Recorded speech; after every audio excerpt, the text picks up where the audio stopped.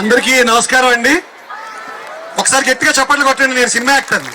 నాకంత చప్పగా ఉంటే మాట్లాడబుద్దే వేయదు అసలు. అర్థమైందా? గట్టిగా అంటే ఏంటి, వచ్చేటప్పుడు అమ్మ నాన్న తిట్టారా ఏంటి పిల్లలందరినీ?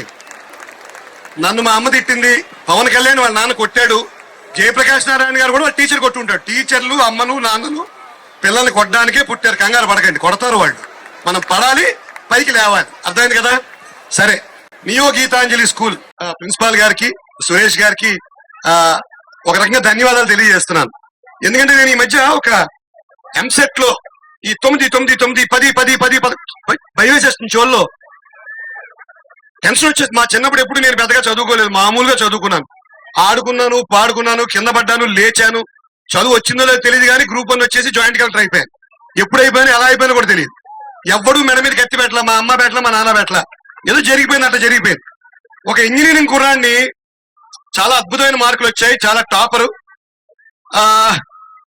సుభాష్ చంద్రబోస్ గురించి అడిగాను నేను. అతను విజయవాడ బోస్ ట్రావెల్స్ బోస్ గురించి చెప్పాడు నాకు. మరి చదువా, టాపరా, 1వ ర్యాంకు, 100కి 100 మ్యాథమెటిక్స్, 150కి 150 ఫిజిక్స్ అన్ని. మరి అలాగే పోనీ కొంచెం సాహసం చేసి ఝాన్సీ లక్ష్మీబాయి గురించి అడిగాను. ఆయనకి పల్సర్ బైక్ ఝాన్సీ గురించి చెప్తున్నాడు. మరి విద్యా విధానం ఇందాక సార్ చెప్పినట్టు, జయప్రకాష్ గారు చెప్పినట్టు ఎటు వెళ్ళిపోతుంది? మంచి మార్కులు వస్తున్నాయి, బాగా వస్తున్నాయి, పిల్లలకి ఏమీ తెలియట్లేదు. ఇప్పుడు నా గురించి ఒక విషయం చెప్తాను. బిఎస్సి మ్యాథమెటిక్స్ లో 100కి 36 మార్కులు వచ్చాయి నాకు. ఫైనల్ ఇయర్ లో 35 పాసు. ఓయ్, పాస్ అయ్యాను చెప్పండి, కొట్టండి. కష్టపడి పాస్ అయితే అసలు సివిల్ సర్వీసెస్ రాయాలన్న ఆలోచనే కష్టం. 100కి 30 మార్కులు వచ్చిన వాడికి. సరే, బయలుదేరాను హైదరాబాద్. ట్రంక్ పెట్టి పుచ్చుకుని తెలుగు మీడియంలో చదువుకున్నాను అమలాపురంలో.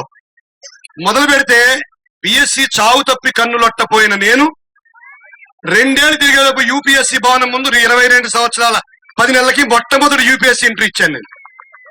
సీరియస్లీ, మొట్టమొదటి యూపీఎస్సీ ఎంట్రీ ఇచ్చాను. అంటే ఏంటి అర్థమవుతుంది మీకు? వెళ్తా ఉండడమే, సాగుతా ఉండాలి జీవితం, అంతేగాని ఆగిపోయి భయపడిపోయి. అయితే ఏమైంది, అక్కడ దేవుడు మొట్టిగా వేశాడు. ఫస్ట్ ఇంటర్వ్యూ పోయింది, 2వ ఇంటర్వ్యూ కూడా పోయింది, 3వ ఇంటర్వ్యూ పోయింది. వాళ్ళ గర్వంగా చెప్తున్నాను, యూపీఎస్సీలో ఎక్కువ ఇంటర్వ్యూలు పోయిన వారికి నా ఇంటర్వ్యూ తీసుకున్నాడు ఒక ఆయన, వాడు పేపర్ ఆయన. ఒరే, పాస్ అయ్యి జయప్రకాష్ గారి ఇంటర్వ్యూ చేస్తే ఓకే, అర్థం ఉంది. ఈ ఇంటర్వ్యూలు పోయిన వాడి ఇంటర్వ్యూ దేనికి అని అడిగాను. ఆ ఫెయిల్యూర్ బాగుంటుందండి అన్నాడు. చాలా సంతోషం, నీకు బాగుంటుంది, నాకు ఇక్కడ వాచిపోయింది ఫెయిల్యూర్. నాకు ఎవడు సంబంధం కూడా చెప్పట్లేదు. ఎవడిస్తాడు పిల్లలు, ఎవడిస్తాడు? ఉద్యోగం ఉండాలిగా. అప్పుడు కరెక్ట్ గా సిరివెన్నెల సీతారామ శాస్త్రి గారు రాసిన, నిజంగా చెప్తున్నాను, నా జీవిత అనుభవం, పిల్లలందరూ నేర్చుకోవాల్సిందే. సిరివెన్నెల సీతారామ శాస్త్రి గారు రాసిన ఒక పాట గుర్తొచ్చింది నాకు. అక్కడ కూర్చుని ఉన్నాను ట్యాంక్ బండి మీద. మా అమ్మ సంవత్సరం రకరకాల తాయెత్తులు కట్టింది నాకు పైకి వచ్చేద్దామని. ఈ వేణుస్వామి, బోనుస్వామి అందరు ఇచ్చేసారు తాయెత్తులు. ఈ తాయెత్తులు ఒక్కొక్కటి తీసి ఆ ట్యాంక్ బండి లోపల వేసారు. వేసిన తర్వాత ఏం చేయాలి, 5 అయింది, 26 ఏళ్ళు వచ్చాయి, 4 ఇంటర్వ్యూలు పీకే. చూస్తే సిరివెన్నెల గారి పాట ఒకటి గుర్తొచ్చింది.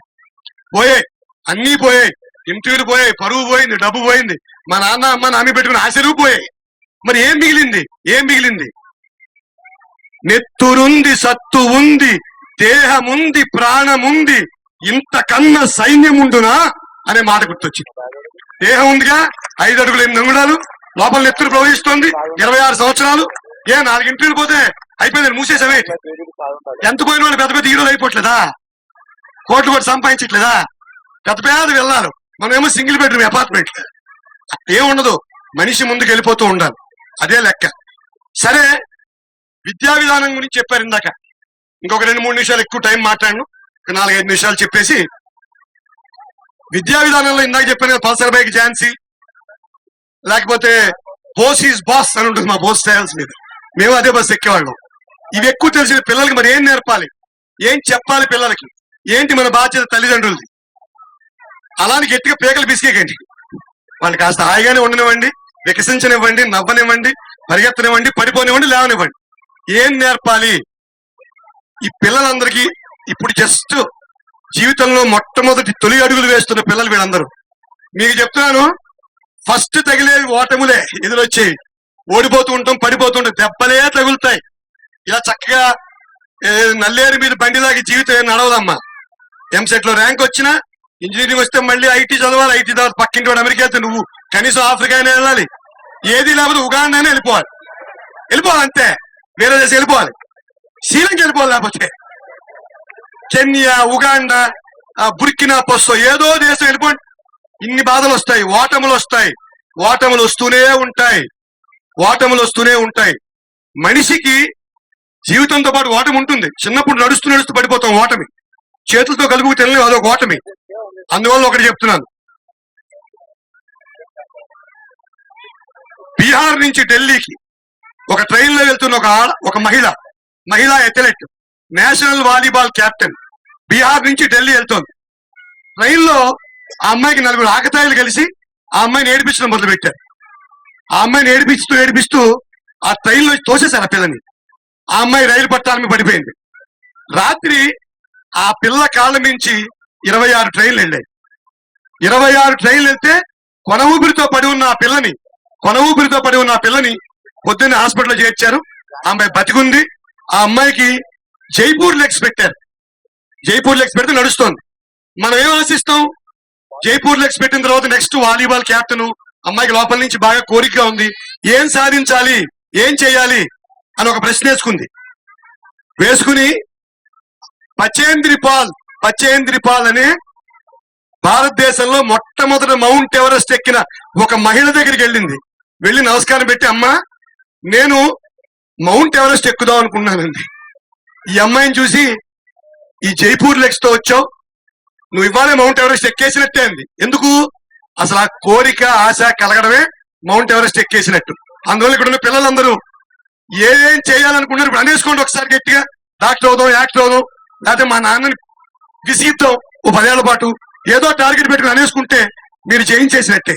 ఆ అమ్మాయి మౌంట్ ఎవరెస్ట్ జైపూర్ లెగ్స్ తో ఎక్కింది. ఆవిడ పేరు అరుణిమా సిన్హా. ఒక్కసారి ఆవిడకి చప్పట్లు కొట్టండి. మనం మామూలుగా ఉండే ఆడపిల్లలు, మా కూతురు కూడా అక్కడ కొంచెం అమ్మ కాఫీ ఇస్తుంది, తేవేంటనే తేరు, అన్ని సభ్యంగా ఉన్నవాళ్ళు. ఈ పిల్ల మౌంట్ ఎవరెస్ట్ ఎక్కింది. ఇంకెవరి గురించి చెప్పాలి?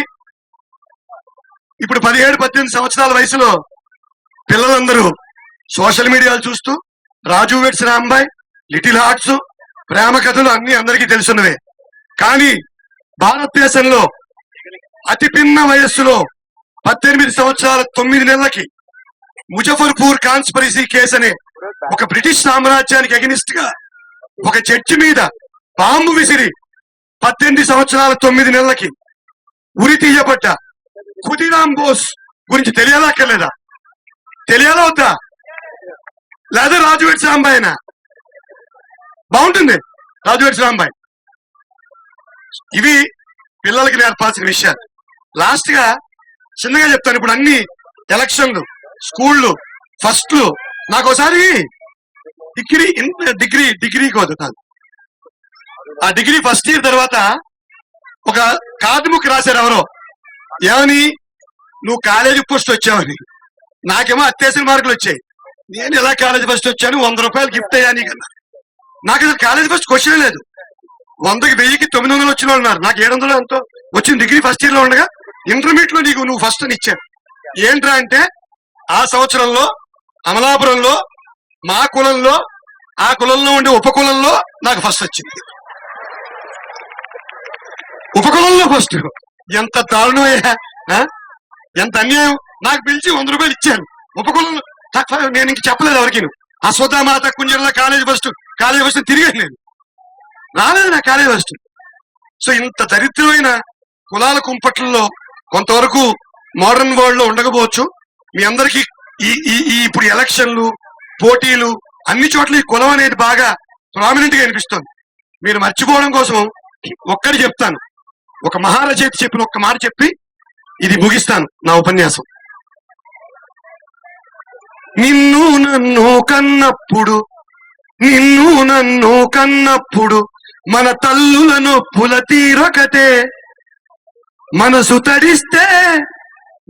తడిస్తే నీ నా చెంపల నిమిరే వెచ్చని కన్నీరొకటే.